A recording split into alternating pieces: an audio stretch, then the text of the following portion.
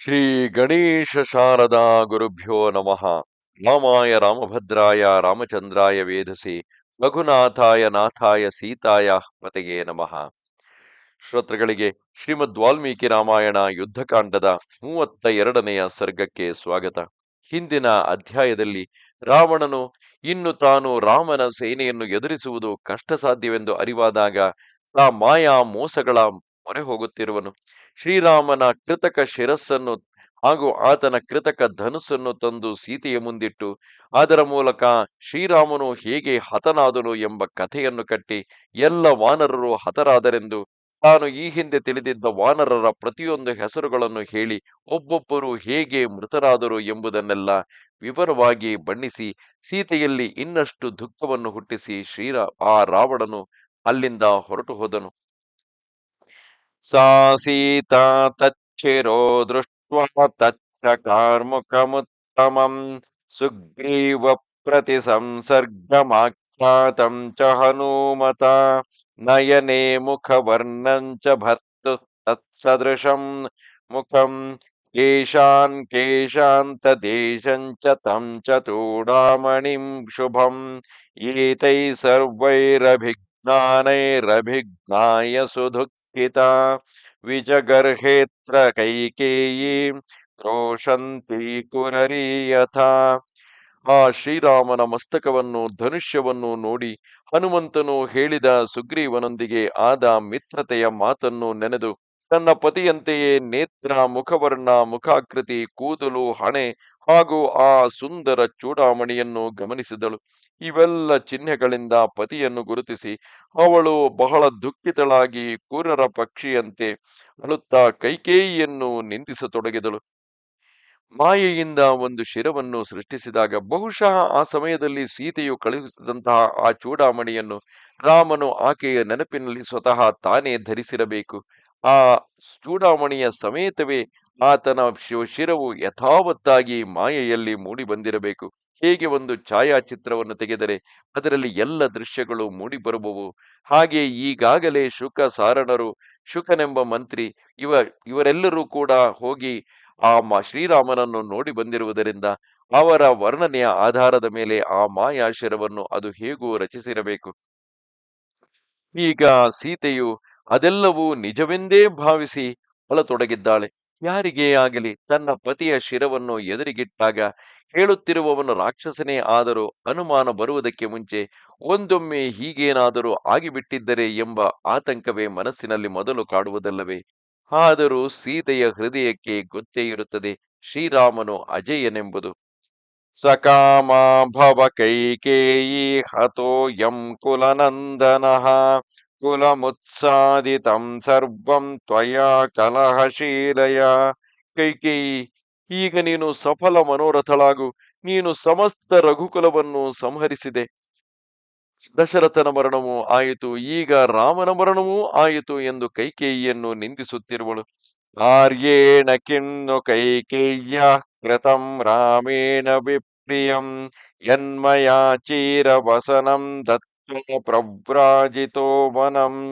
ಕೈಕೇಯಿ, ಶ್ರೀರಾಮನಿಗೆ ನಾರುಮಡಿಯನ್ನು ಉಡಿಸಿ ನನ್ನೊಂದಿಗೆ ಕಾಡಿಗೆ ಕಳುಹಿಸಲು ಆರ್ಯನಾದ ಶ್ರೀರಾಮನು ಆಕೆಗೆ ನಿನಗೆ ಯಾವ ಅಪರಾಧವನ್ನು ಮಾಡಿದ್ದನು? ಏವ ಮುಕ್ತ್ವಾ ತು ವೈದೇಹಿ ವೇಪಮಾನ ತಪಸ್ವಿನಿ ಜಗಾಮ ಜಗತೀಂ ಬಾಲ ಛಿನ್ನಾತು ಕದಲೀಯಥ. ಹೀಗೆ ಹೇಳುತ್ತಾ ದುಃಖದಿಂದ ವೈದೇಹಿಯು ಗಡಗಡನೆ ನಡುಗುತ್ತಾ ಕಡಿದ ಬಾಳೆಯಂತೆ ನಿಶ್ಚೇಷ್ಟಿತಳಾಗಿ ನೆಲಕ್ಕೆ ಕುಸಿದು ಬಿದ್ದಳು. ಸಾ ಮುಹೂರ್ತಾತ್ ಸಮಾಶ್ವಾಸ್ಯ ಪ್ರರಿಲಭ್ಯಾಥ ಚೇತನಾಂ ತಚ್ಚಿರಃ ಸಮಪಾಸ್ತಾಯ ವಿಲಲಾಪಾಯತೆ ಕ್ಷಣ. ಒಂದು ಗಳಿಗೆಯಲ್ಲಿ ನಿಚ್ಚರಗೊಂಡು ಆ ವಿಶಾಲಲೋಚನೆ ಸೀತೆಯು ಸ್ವಲ್ಪ ಧೈರ್ಯ ವಹಿಸಿ ಆ ಮಸ್ತಕವನ್ನು ತನ್ನ ಬಳಿಯಲ್ಲಿ ಇಟ್ಟುಕೊಂಡು ವಿಲಾಪಿಸತೊಡಗಿದಳು. ಆಹತಾಸ್ಮಿ ಮಹಾಬಾಹೋ ವೀರವ್ರತಮನುವ್ರತ ಇಮಾಂ ತೇ ಪಶ್ಚಿಮಾವಸ್ಥಾಂ ಗತಾಸ್ಮಿ ವಿಧವಾಕೃತ. ಅಯ್ಯೋ ಮಹಾಬಾಹುವೆ, ನಾನು ಸತ್ತು ಹೋದೆ. ನೀವು ವೀರವ್ರತವನ್ನು ಪಾಲಿಸುವವರಾಗಿದ್ದೀರಿ. ನಿಮ್ಮ ಈ ಕೊನೆಯ ಸ್ಥಿತಿಯನ್ನು ನನ್ನ ಕಣ್ಣಿಂದ ನೋಡಬೇಕಾಯಿತಲ್ಲ. ನೀವು ನನ್ನನ್ನು ವಿಧವೆಯನ್ನಾಗಿಸಿದಿರಿ. ಪ್ರಥಮಂ ಮರಣಂ ನಾರ್ಯ ಭರ್ತೃವೈಗುಣ್ಯವ ಮುಚ್ಯತೆ ಸುವೃತ್ತ ಸಾಧು ವೃತ್ತಾಯ ಸಂವೃತ್ತಸ್ತ್ವಂ ಮಮಾಗ್ರತಃ. ಪತ್ನಿಗಿಂತ ಮೊದಲು ಪತಿಯು ಸಾಯುವುದು ಆಕೆಗೆ ಮಹಾ ಅನರ್ಥಕರ ದೋಷವೆಂದು ತಿಳಿಯಲಾಗಿದೆ. ಸತಿ ಸಾಧ್ವಿಯಾಗಿ ಇರುವ ನನ್ನ ಮುಂದೆ ನಿಮ್ಮಂತಹ ಸದಾಚಾರಿ ಪತಿಯ ನಿಧನವಾದುದು ನನಗೆ ಮಹಾ ದುಃಖದ ಮಾತಾಗಿದೆ. ಮಹದ್ದುಃಖಂ ಪ್ರಪನ್ನಾಯ ಮಗ್ನಾಯ ಶೋಕಸಾಗರೆ ಯೋ ಹಿ ಮಾಮುದ್ಯತಸ್ತ್ರಾತುಂ ಸೋಪಿ ತ್ವಂ ವಿನಿಪಾತಿತಃ. ನಾನು ಮಹಾ ಸಂಕಟದಲ್ಲಿ ಬಿದ್ದಿರುವೆನು, ಶೋಕ ಸಮುದ್ರದಲ್ಲಿ ಮುಳುಗಿರುವೆನು. ನನ್ನನ್ನು ಉದ್ಧರಿಸುತ್ತಿದ್ದ ನಿಮ್ಮಂತಹ ವೀರನನ್ನು ಶತ್ರುಗಳು ಕೊಂದು ಹಾಕಿದರು.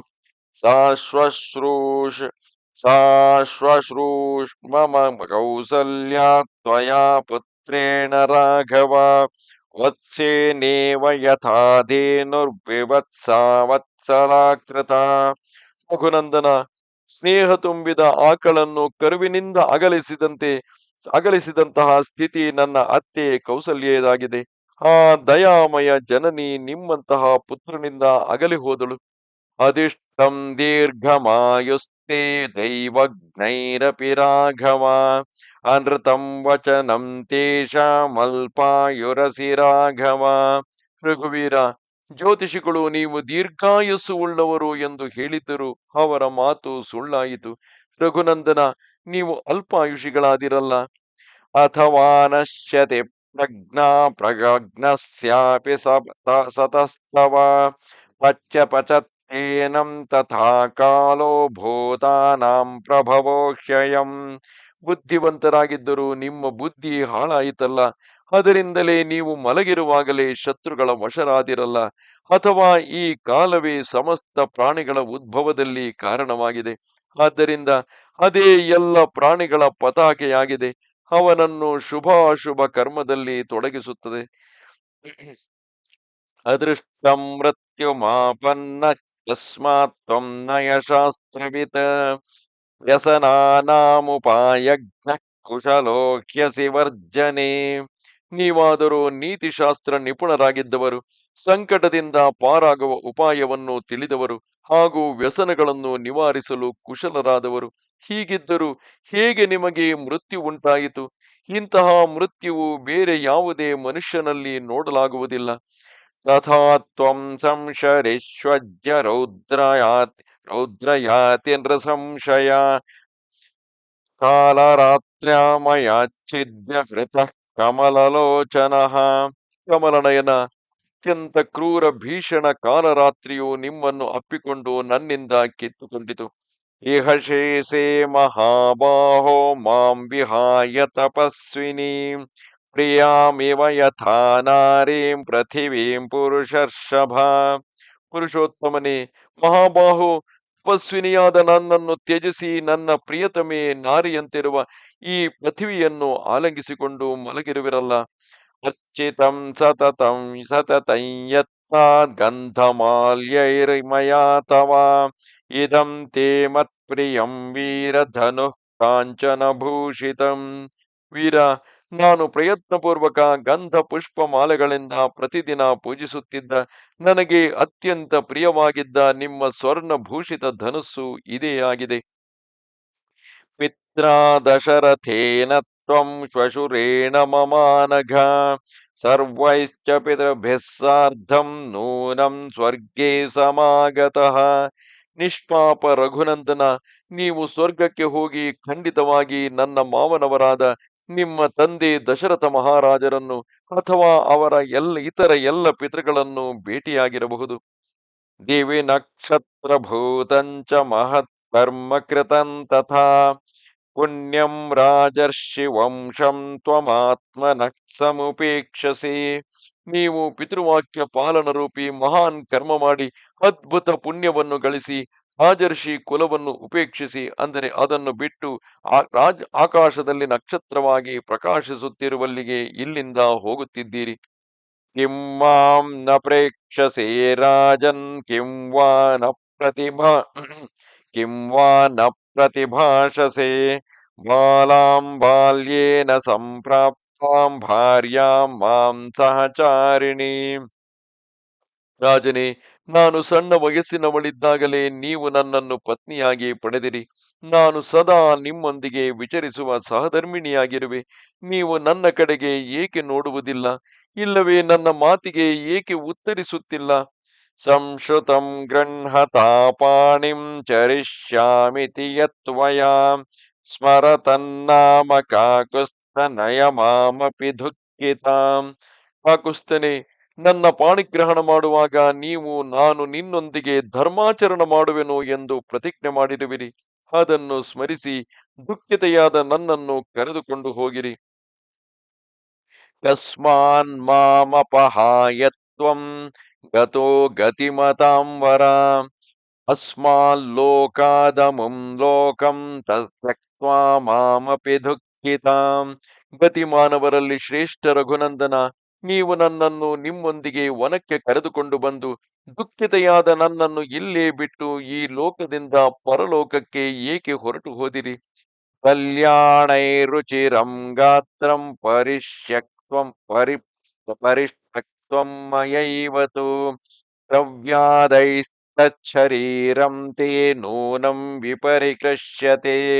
ನಾನು ಅನೇಕ ಮಂಗಲ ಉಪಚಾರಗಳಿಂದ ಸುಂದರವಾದ ನಿಮ್ಮ ಶ್ರೀ ವಿಗ್ರಹವನ್ನು ಆಲಂಗಿಸಿದ್ದೆ. ಇಂದು ಅದನ್ನೇ ಮಾಂಸಭಕ್ಷಿ ಹಿಂಸಕ ಜಂತುಗಳು ಖಂಡಿತವಾಗಿ ಅತ್ತ ಇತ್ತ ಎಳೆದಾಡುತ್ತಿರಬಹುದು. ಅಗ್ನಿಷ್ಟೋಮಾಧಿಭಿರ್ಯಜ್ಞೈರಿಷ್ಟವಾನಾಪ್ತದಕ್ಷಿಣೈಃ ಅಗ್ನಿಹೋತ್ರೇಣ ಸಂಸ್ಕಾರಂ ಕೇನ ತ್ವಂ ನ ತು ಲಪ್ಸ್ಯಸೆ. ನೀವಾದರೂ ಸಾಕಷ್ಟು ದಕ್ಷಿಣೆಗಳುಳ್ಳ ಅಗ್ನಿಷ್ಟೋಮಾದಿ ಯಜ್ಞಗಳ ಮೂಲಕ ಭಗವಾನ್ ಯಜ್ಞ ಪುರುಷನನ್ನು ಆರಾಧಿಸಿದ್ದೀರಿ. ಮತ್ತೆ ಅಗ್ನಿಹೋತ್ರದ ಅಗ್ನಿಯಿಂದ ದಾಹ ಸಂಸ್ಕಾರದ ಸುಯೋಗ ನಿಮಗೆ ದೊರೆಯದಿರಲು ಕಾರಣವಾದರೂ ಏನು? ಪ್ರವೃಜ್ಯಾಮುಪಪನ್ನಾನಾಂ ತ್ರಯಾಣಾಮೇಕಮಾಗತಂ ಪರಿಪ್ರೇಕ್ಷ್ಯತೆ ಕೌಸಲ್ಯಾ ಲಕ್ಷಣಂ ಲಕ್ಷ್ಮಣಂ ಶೋಕಲಾಲಸ. ನಾವು ಮೂವರು ಒಟ್ಟಿಗೆ ಕಾಡಿಗೆ ಬಂದಿದ್ದೆವು. ಆದರೆ ಈಗ ಶೋಕಾಕುಲವಾದ ತಾಯಿ ಕೌಸಲ್ಯೆಯು ಕೇವಲ ಲಕ್ಷ್ಮಣನೊಬ್ಬನೇ ಮರಳಿದುದನ್ನು ನೋಡುವಳು. ಏಕೆಂದರೆ ಲಕ್ಷ್ಮಣನು ಅಲ್ಲಿ ದೇಶಾಂತರ ಓಡಿ ಹೋಗಿರುವನು ಎಂದು ರಾವಣನು ಸುಳ್ಳು ಹೇಳಿದನಲ್ಲವೇ? ಅದನ್ನೇ ಸೀತೆಯು ನಂಬಿದವಳಂತೆ ವಿಲಾಪ ಮಾಡುತ್ತಿರುವಳು. ಸತಸ್ಯಾ ಪರಿಪ್ರಚ್ಛಂತ್ಯಾ ವಧಂ ಮಿತ್ರ ಬಲಸ್ಯತೆ ತವ ಚಾಖ್ಯಾಸ್ಯತೆ ನೂನಂ ನಿಶಾಯಾಂ ರಾಕ್ಷಸೈರ್ವಧಂ. ಅವಳು ಕೇಳಿದಾಗ ಲಕ್ಷ್ಮಣನು, ರಾತ್ರಿಯಲ್ಲಿ ನಿಮ್ಮ ಸ್ನೇಹಿತನು ಅಂದರೆ ಆ ಕೌಸಲ್ಯೆಯು ಕೇಳಿದಾಗ ಲಕ್ಷ್ಮಣನು ರಾತ್ರಿಯಲ್ಲಿ ನಿಮ್ಮ ಸ್ನೇಹಿತನ ಸೈನ್ಯದೊಂದಿಗೆ ಮಲಗಿದ್ದಾಗ ನಿಮ್ಮನ್ನು ಅಂದರೆ ಶ್ರೀರಾಮನನ್ನು ರಾಕ್ಷಸರು ವಧಿಸಿದರು ಎಂಬ ಸಮಾಚಾರ ಖಂಡಿತವಾಗಿಯೂ ತಿಳಿಸುವನು. ಸಾತ್ವಂ ಸುಪ್ತಂ ಹತಂ ಜ್ಞಾತ್ವಾ ಮಾಂ ಚ ರಕ್ಷೋ ಗ್ರಹಂ ಗತಾ ಹೃದಯೇನಾವದೀರ್ಣೇನ ನ ಭವಿಷ್ಯತಿ ರಾಘವ. ರಘುನಂದನ, ನೀವು ಮಲಗಿದ್ದಾಗ ಕೊಲ್ಲಲ್ಪಟ್ಟಿರಿ. ನಾನು ರಾಕ್ಷಸನ ಮನೆಯಲ್ಲಿ ಕಿತ್ತು ತಂದಿರುವೆ ಎಂಬ ಸಮಾಚಾರ ಕೇಳಿದಾಗ ಆಕೆಯ ಹೃದಯ ಒಡೆದು ಪ್ರಾಣತ್ಯಾಗ ಮಾಡುವಳು. ಮಮ ಹೇತೋರನಾರ್ಯಾಯ ಅನಘ ಪಾರ್ಥಿವಾತ್ಮಜಃ ರಾಮಃ ಸಾಗರಮುತ್ತೀರ್ಯ ವೀರ್ಯವಾನ್ ಗೋಷ್ಪದೇ ಹತಃ. ಅಯ್ಯೋ, ಅನಾರ್ಯೆಯಾದ ನನ್ನ ಕುರಿತು ನಿಷ್ಪಾಪ ರಾಜಕುಮಾರ ಮಹಾಪರಾಕ್ರಮಿ ಶ್ರೀರಾಮನು ಸಮುದ್ರ ಲಂಘನದಂತಹ ಮಹಾಕಾರ್ಯ ಮಾಡಿಯೂ ಹಸುವಿನ ಗೊರಸಿನಷ್ಟು ನೀರಿನಲ್ಲಿ ಮುಳುಗಿ ಹೋದನಲ್ಲ. ಯುದ್ಧ ಮಾಡದೆಯೇ ಮಲಗಿದ್ದಾಗ ಕೊಲ್ಲಲ್ಪಟ್ಟನಲ್ಲ. ಅಹಂ ದಾಶರಥೇನೋಢ ಮೋಹಾತ್ ಸ್ವಕುಲಪಾಂಸನಿ ಆರ್ಯಪುತ್ರಸ್ಯ ರಾಮಸ್ಯ ಭಾರ್ಯಾ ಮೃತ್ಯುರಜಾಯತ. ಅಯ್ಯೋ ಶಿವನೇ, ದಶರಥನಂದನ ಶ್ರೀರಾಮನು ನನ್ನಂತಹ ಕುಲ ಕಲಂಕಿಯಾದ ನಾರಿಯನ್ನು ಮೋಹವಶ ಮದುವೆ ಮಾಡಿಕೊಂಡನು. ಪತ್ನಿಯೇ ಆರ್ಯಪುತ್ರ ಶ್ರೀರಾಮನಿಗೆ ಮೃತ್ಯು ರೂಪಳಾದಳಲ್ಲ. ನೂನಮನ್ಯಾಂ ಮಯಾ ಜಾತಿಂ ವಾರಿತಂ ದಾನಮುತ್ತಮಂ ಯಾಹಮದ್ಯೇಹ ಶೋಚಾಮಿ ಭಾರ್ಯಾ ಸರ್ವಾತಿಥೇರಿಹ. ಯಾರ ಬಳಿ ಎಲ್ಲ ಜನರು ಯಾಚಕರಾಗಿ ಬರುತ್ತಿದ್ದರು, ಎಲ್ಲ ಅತಿಥಿಗಳು ಯಾರಿಗೆ ಪ್ರಿಯರಾಗಿದ್ದರು, ಅಂತಹ ಶ್ರೀರಾಮನ ಪತ್ನಿಯಾದ ನಾನು ಇಂದು ಶೋಕಿಸುತ್ತಿದ್ದೇನೆ. ನಾನು ಹಿಂದಿನ ಜನ್ಮದಲ್ಲಿ ಖಂಡಿತವಾಗಿ ಉತ್ತಮ ದಾನ ಧರ್ಮದಲ್ಲಿ ತೊಂದರೆ ಪಡಿಸಿದ್ದೆ ಎಂದು ಗೊತ್ತಾಗುತ್ತದೆ. ಸಾಧುಘಾತ ಸಾಧುಘಾತಯ ಮಾಂ ಕ್ಷಿಪ್ರಂ ರಾಮಸ್ಯೋಪರಿ ರಾವಣ ಸಮಾನಯ ಪತಿಂ ಪತ್ನ್ಯಾ ಕುರು ಕಲ್ಯಾಣಮುತ್ತಮಂ. ರಾವಣ, ನನ್ನನ್ನು ಕೂಡ ಶ್ರೀರಾಮನ ಶವದ ಮೇಲೆ ಇರಿಸಿ ನನ್ನನ್ನು ವಧಿಸಿಬಿಡು. ಹೀಗೆ ಪತಿಗೆ ಪತ್ನಿಯೊಂದಿಗೆ ಸೇರಿಸಿಬಿಡು. ಇದು ಉತ್ತಮ ಶ್ರೇಯಸ್ಕರ ಕಾರ್ಯವಾಗಿದೆ.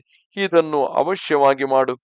ಶಿರಸಾ ಮೇ ಶಿರಶ್ಚಾಸ್ಯ ಕಾಯಂ ಕಾಯೇನ ಯೋಜಯ ರಾವಣಾನುಗಮಿಷ್ಯಾಮಿ ಗತಿಂ ಭರ್ತೃರ್ಮಹಾತ್ಮನಃ. ರಾವಣನೇ, ನನ್ನ ತಲೆಯನ್ನು ಪತಿಯ ತಲೆಯೊಂದಿಗೆ, ನನ್ನ ಶರೀರವನ್ನು ಪತಿಯ ಶರೀರದೊಂದಿಗೆ ಸಂಯೋಗ ಮಾಡಿಸು. ಹೀಗೆ ನಾನು ನನ್ನ ಮಹಾತ್ಮ ಪತಿಯ ಗತಿಯನ್ನು ಅನುಸರಿಸುವೆನು. ಇತೀವ ದುಃಖ ಸಂತಪ್ತ ವಿಲಲಾಪಾಯತೆ ಕ್ಷಣ ಭರ್ತಃ ಶಿರೋಧನುಶ್ಚೈವ ದದರ್ಶ ಜನಕಾತ್ಮಜ. ಹೀಗೆ ದುಃಖದಿಂದ ಸಂತಪ್ತಳಾದ ವಿಶಾಲಲೋಚನೆ ಜನಕನಂದಿನಿ ಸೀತೆಯು ಪತಿಯ ಮಸ್ತಕ ಹಾಗೂ ಧನುಷ್ಯವನ್ನು ನೋಡಿ ವಿಲಪಿಸತೊಡಗಿದಳು.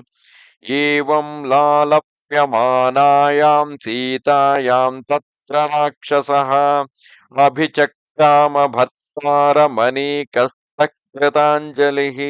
ಸೀತೆಯು ಈ ಪ್ರಕಾರ ವಿಲಾಪಿಸುತ್ತಿದ್ದಾಗ ಅಲ್ಲಿಗೆ ಒಬ್ಬ ರಾವಣನ ಸೈನಿಕನು ಬಂದು ಆ ಸೈನಿಕನು ಕೈಮುಗಿದುಕೊಂಡು ತನ್ನ ಒಡೆಯನಲ್ಲಿ ಹೇಳಿದನು.